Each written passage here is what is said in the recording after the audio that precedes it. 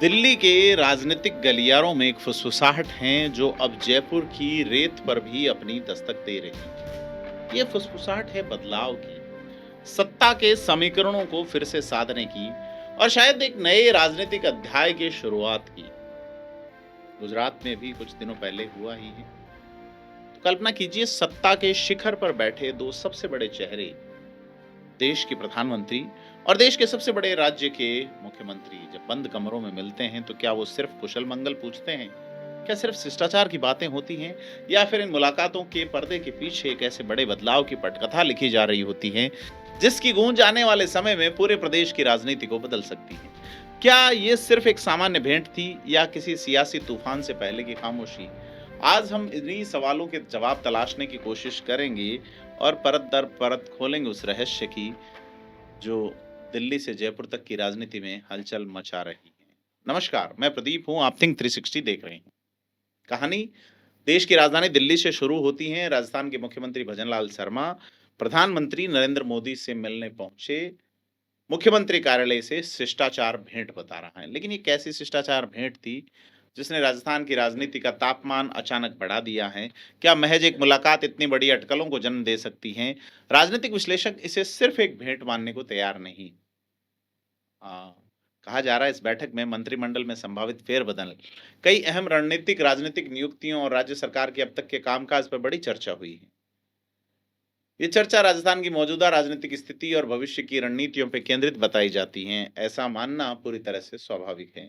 सोचिए, किसी प्रदेश में अचानक मंत्रिमंडल में फेरबदल की अटकलें तेज हो जाए, पड़ोसी प्रदेश में हो चुका, तो ये मामूली बात तो है नहीं। इस पूरी बहस को तब और बल मिलता है जब हाल ही में गुजरात में एक अप्रत्याशित घटनाक्रम सामने आया है।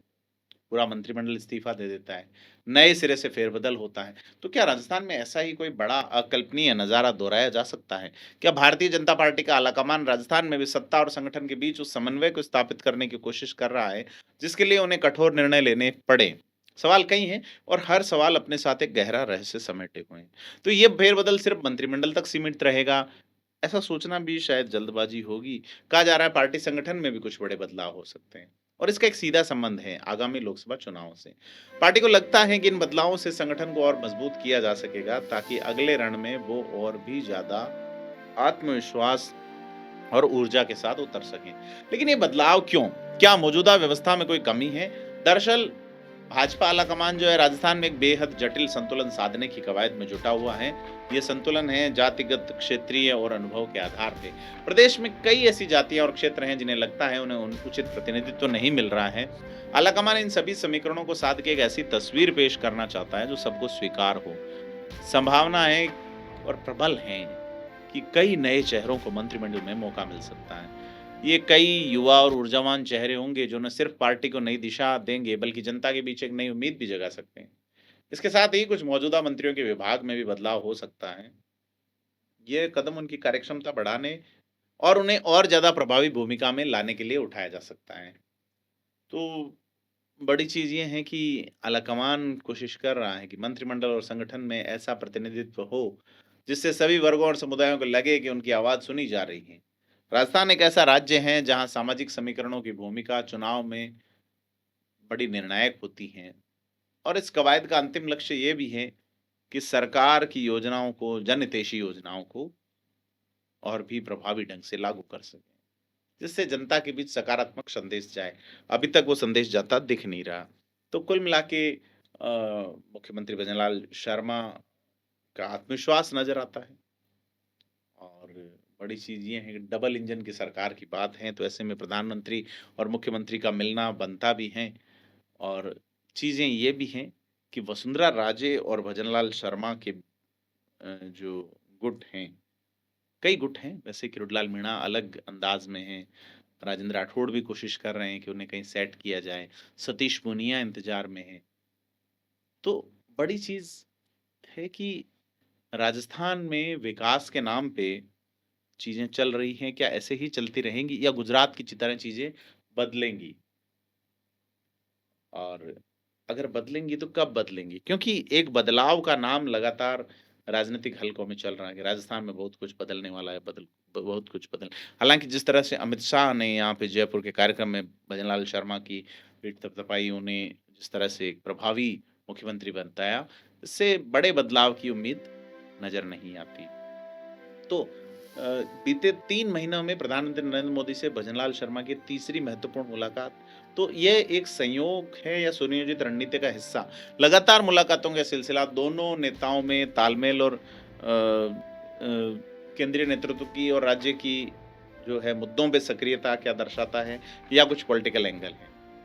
क्योंकि 29 जुलाई को भी संसद भवन में नरेंद्र मोदी से भजनलाल शर्मा मिलते हैं और इस मुलाकात से ठीक 1 दिन पहले वसुंधरा राजे भी पीएम मोदी से मिलती हैं। तो उस मुलाकात ने कई अटकलें पैदा की थी। तो वो मुलाकात शिष्टाचार भेंट थी या बड़ा राजनीतिक संदेश था?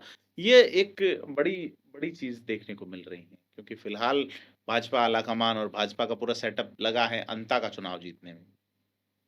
तो अ, बांसवाड़ा में जिस तरह से प्रधानमंत्री ओपन जीप में सवार होके सभा स्थल पहुँचे, इसमें सीएम के साथ-साथ प्रदेश अध्यक्ष मदन राठौड़ भी थे। तो ये एक एकजुटता का संदेश देने की कोशिश है कि पार्टी और सत्ता और संगठन दोनों एक साथ खड़े हैं। और उस मंच पे प्रधानमंत्री नरेंद्र मोदी ने वसुंधरा राजे को जो वेटेज दिया था, दोनों नेताओं के बीच जिस तरह की गर्मजोशी और सम्मान दिखा, वो पहले नहीं दिखा था, पहले के मंचों पे। तो क्या वो गर्मजोशी पर्दे के पीछे के समीकरणों को छिपाने की कोशिश है या दर्शा रही है? बड़ी चीज़ें हैं। तो या वो पार्टी के बीच एक नए सौहार्द की बात है। ये सारी लगातार मुलाकातें राज्य की राजनीति में महत्वपूर्ण घटनाक्रम के रूप में देखी जा रही, जो भविष्य की दिशा तय कर सकती हैं। तो बड़ी चीज़ ये है कि केंद्रीय नेतृत्व राज्य के मामलों में सक्रिय रूप से शामिल हैं। राजस्थान जो कि 11 सीटें भाजपा को या एनडीए को यहाँ से पीछे धकेल चुका है। वहाँ अब चूँकि सत्ता और संगठन दोनों ही लगभग कमज़ोर नज़र आते हैं निश्चित तौर पे। भजनलाल शर्मा अक्सर भाषण के वक़्त कुछ का कुछ बोल जाते हैं। फिर तो मेन मुद्दा जिसके लिए भाषण दिया जा रहा है वो कहीं साइड में रह जाता है। और विपक्ष अशोक गहलोत हर दूसरे-तीसरे महीने, हर 15 दिन में बयान दे देते हैं कि सब सीएम बदल रहे हैं। हनुमान बेनीवाल लगातार हमलावर रहते हैं। तो एक क्या ऑरा जो बनना चाहिए वो अभी तक सीएम की पीआर टीम या जो भी सिस्टम रहा है वो लगभग नहीं खड़ा कर पाया है। और दूसरा संगठन में भी वो टीम जो है वो लगभग सतीश पूनिया के वक़्त की ही चल रही है। सीपी जोशी ने भी थोड़े बहुत बदलाव इधर-उधर से किए थे। लेकिन तो भाजपा में जो तलछट पे खड़े, किनारे पे खड़े लोग जो चुनाव के वक़्त जुटते हैं, वो उम्मीद कर रहे हैं कि उनका नंबर कब आएगा। बोर्ड निगमों की घोषणा 2 साल सरकार बीतने को है। मंत्रिमंडल में किसी तरह का बदलाव नहीं किया गया है। तो ये सारा ये है कि ये प्रधानमंत्री नरेंद्र मोदी और भजनलाल शर्मा की जो शिष्टाचार भेंट कही जा रही है, ये राजस्थान की राजनीति के पन्नों पे लिखी जा रही एक नई इबारत की प्रस्तावना है या नहीं? और क्या आने वाले दिनों में कुछ ऐसे बड़े बदलाव देखे जाएँगे जिनकी कल्पना नहीं की गई थी? ये बदलाव सिर्फ़ कुछ चेहरों को बदलेंगे या पूरे प्रदेश की राजनीति की दिशा मोड़ेंगे?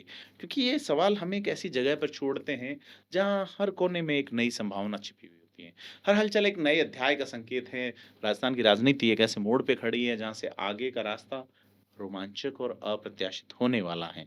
निगाहें बनी रहनी चाहिए, बनी रहेगी भी दिल्ली और जयपुर के गलियारों पे जहाँ सत्ता के समीकरणों का खेल अपने पूरे शबाब पे है। और आप इस राजनीतिक ड्रामा के हर मोड़ पर हमारे साथ जुड़े रहिए। सब्सक्राइब कर लीजिए थिंक 360 को। धन्यवाद।